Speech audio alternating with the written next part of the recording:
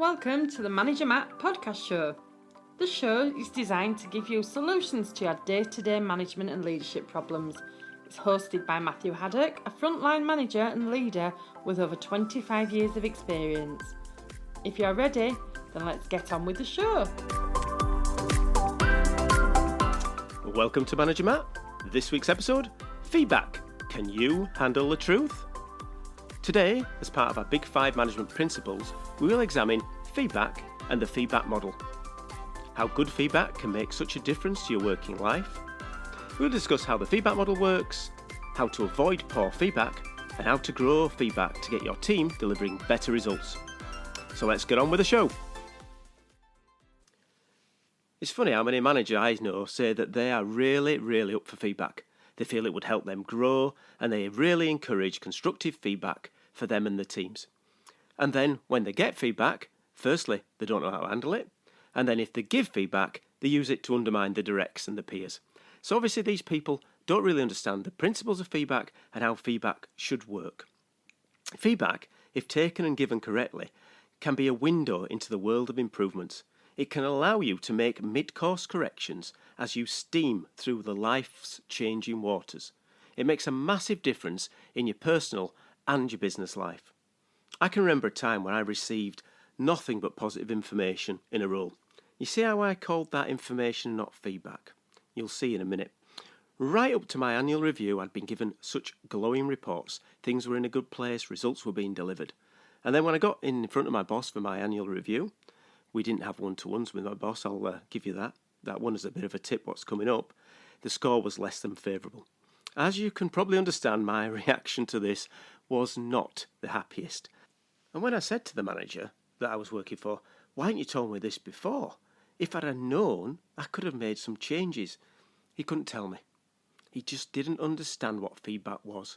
He felt that doing 1 or 2 appraisals a year was enough. And that is, I think, one of the biggest things that people forget, is that feedback is something that needs to happen all the time. It's been described as the DNA, the air around us. You should get feedback as if it was the air. You wouldn't even notice that you're getting it. That's how good feedback should be. But remember, at the minute, that's not what I see when I deal with people in a number of different organisations. Remember, you don't know what you don't know. So you might think other people's behaviours are clear to them, but it might not be the case. And that's why good feedback can really make a difference to you and your teams, and done in the right way, even to your peers and to your bosses. So what is feedback? It's a process of addressing a person's behaviour to keep them either doing something productive or to change if they're not being productive. And it's always around their behaviour you want to improve. What feedback has become is a negative and painful experience. The word criticism. When somebody uses the word criticism, you start to cringe. There's usually an element of personal traits involved in there or attitudes. So people have become that traumatised by poor feedback, then they will run a mile instead of receiving any type of feedback. The default is to protect ourselves, and the focus is on denying that the feedback actually makes a difference to them.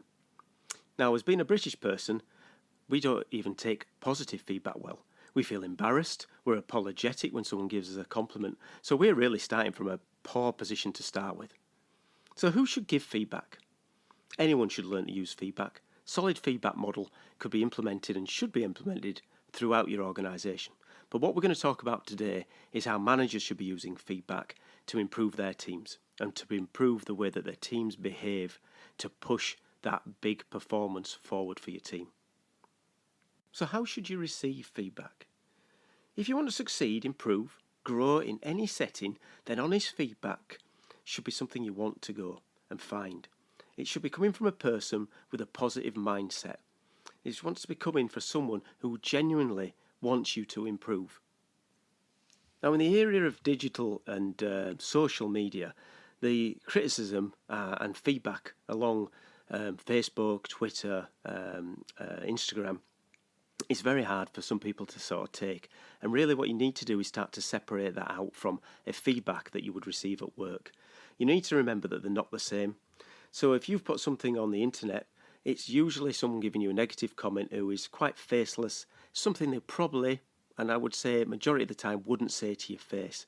So just consider that when you're thinking about feedback on a social media platform, different to the feedback model we're going to go through in a minute.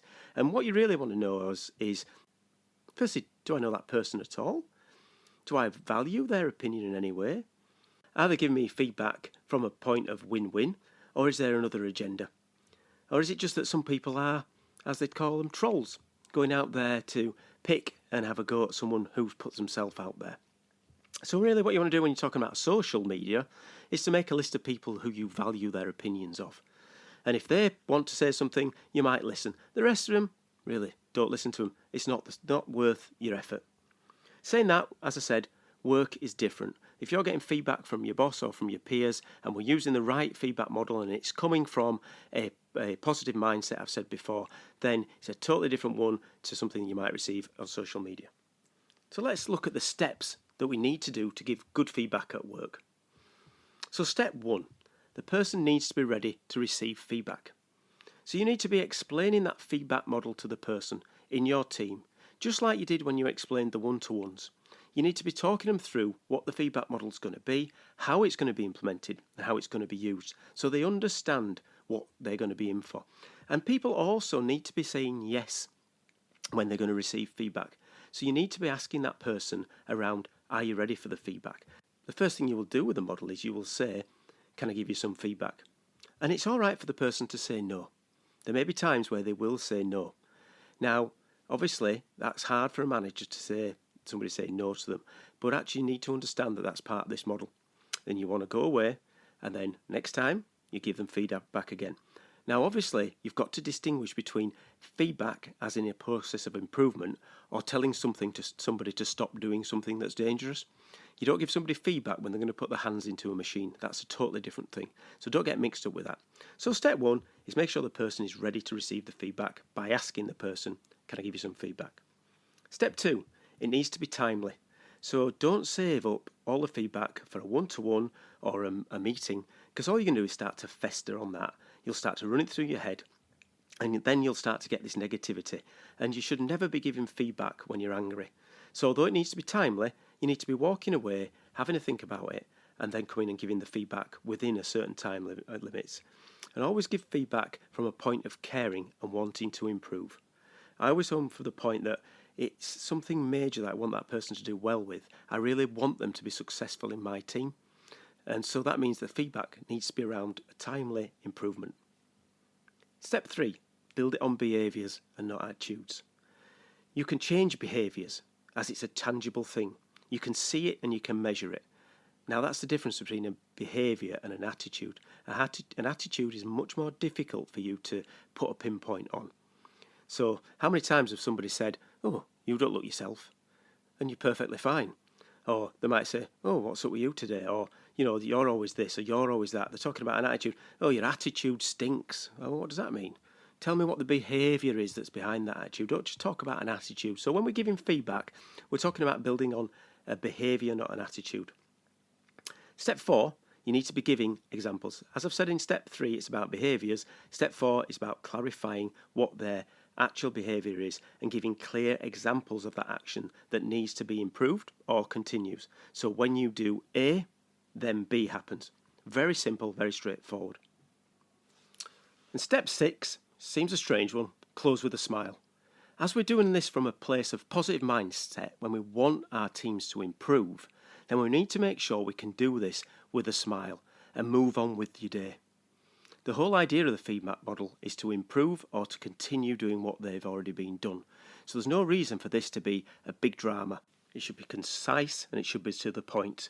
And most feedback should take no more than 20 to 30 seconds to give. So let me run through what a continue feedback would sound like.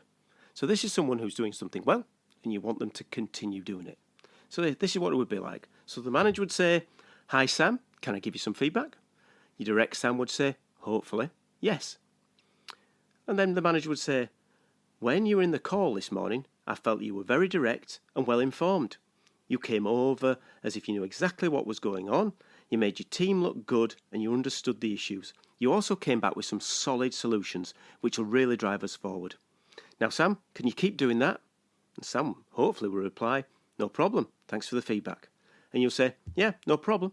See you later. As you can see, look, 25 seconds to deliver. You've driven the message. You've walked on with your day. So let's look at the other side of that. What about a corrective feedback? So this is something you want somebody to change. Sam, can I give some feedback? Yeah, sure. When you come to the project meeting and you don't know what your projects are doing and you don't know if they're on time, it feels like you're out of control. It makes it feel that you don't understand the importance of those projects for our team to make sure we can deliver the results we're here to do. Can you make sure for next meeting you have all the information you need and you're up to speed? Yeah, says Sam. Sure I can. Right, thanks. I'll see you later. You see? Quick, concise, actionable, and built around improvements. There's nothing in there about being negative. Now, one of the things you may hit as a bit of a pushback is people want to start doing a massive debate on that. And that's why it's important at the beginning to really get people to understand what the feedback model is around, so that they understand day in, day out, it's not about having a discussion at that point. It's about you giving them feedback as their boss, as their positional power around what they need to improve. Now, some people won't take that well.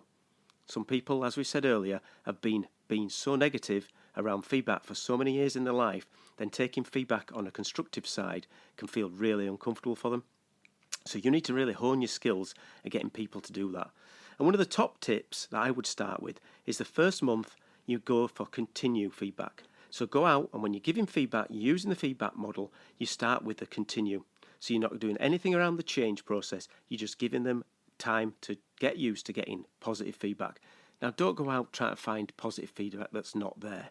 You know, hi Sam, can I give you some feedback? Yeah, boss. When you opened that door this morning for me, that was brilliant. Can you continue with that? Yeah, no problem. Thanks. That's not what it's about. Let's not make it false. It's meant to be driving actions and being clear around what they can do to correct. And if you start getting the culture right, people really appreciate the feedback model. So let's recap them steps. Step 1, make sure the person is ready to take the feedback. Step 2, it needs to be timely. Step 3, built on behaviours, not attitudes. Step 4, give examples of behaviours. Step 5, ask that person for an action, improve or keep going, and then close with a smile. Well, thank you for listening to How to Deliver Feedback. Now it's over to you. You have the background of how it works. You have the context of how you can deliver results. You have the step-by-step guide. Now it's up to you to take action and start seeing benefits. So what are you waiting for? Do it. Nothing comes from nothing. Okay, that's it for me, Manager Matt, this week. Thanks for listening and goodbye.